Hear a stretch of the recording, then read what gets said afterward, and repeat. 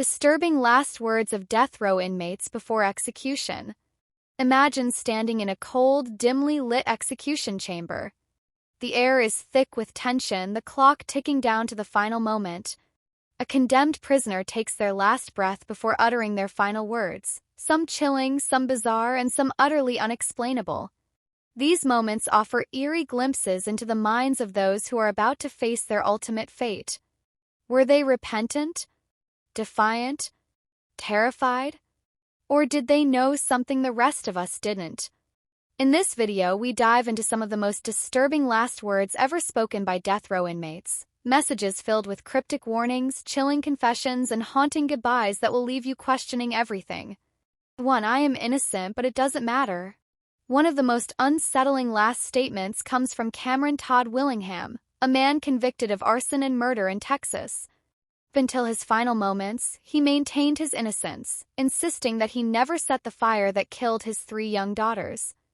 As the execution drugs began to flow, his last words were, "I am innocent, but it doesn't matter." Decades later, forensic experts reviewed his case and found serious flaws in the evidence.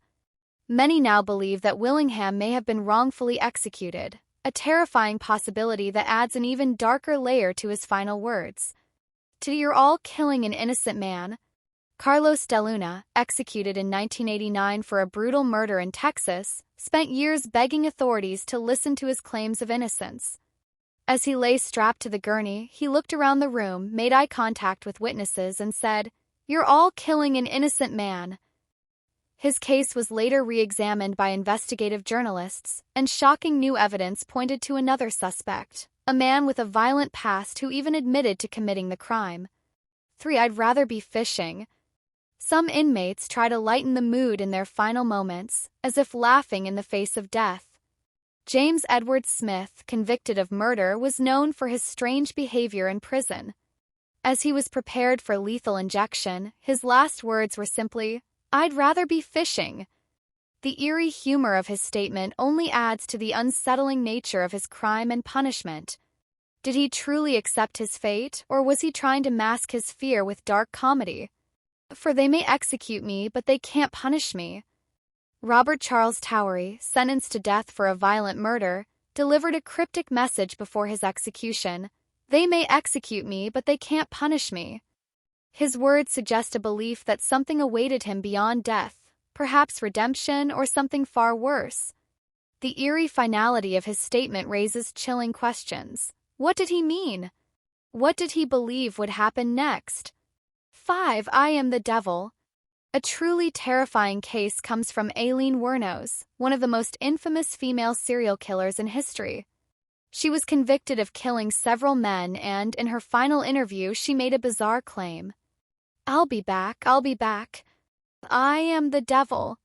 Her cold and calculated demeanor stunned those present, as she seemed almost eager to embrace death. Was this just the rambling of a disturbed mind, or did she truly believe she was something more than human? 6. I'm ready to roll. Oklahoma City bomber Timothy McVeigh, responsible for one of the deadliest acts of domestic terrorism in U.S. history, remained disturbingly calm before his execution. He declined to make a final verbal statement, but he left behind a handwritten note quoting the poem Invictus. "I am the master of my fate, I am the captain of my soul." His defiant silence spoke louder than any words, leaving a chilling impression that he never regretted his actions. 7. Hurry up, let's do it. Gary Gilmore, infamous for demanding his own execution, became the first person executed in the U.S. after the death penalty was reinstated in 1976. Instead of resisting, he embraced it.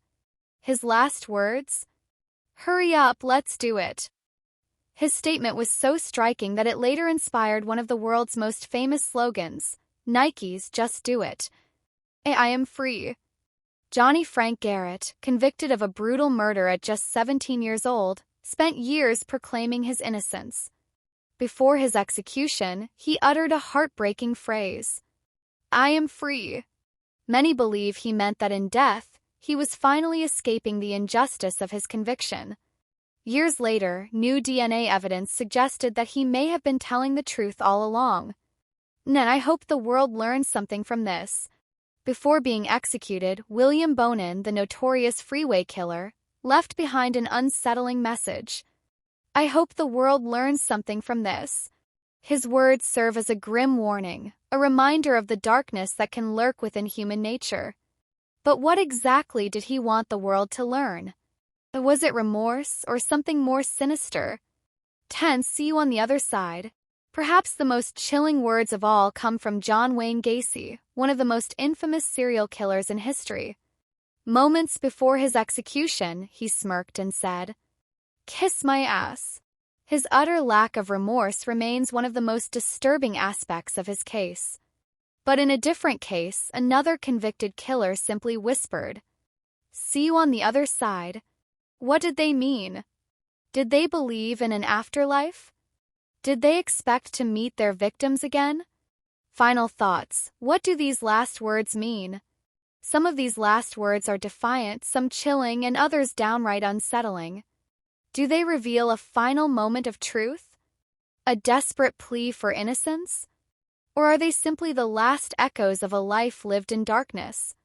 One thing is certain, these words haunt us long after the executions take place.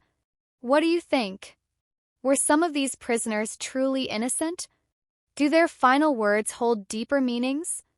Let us know in the comments. Subscribe to Dark Truth Daily for more real-life horror, mystery, and chilling true crime stories.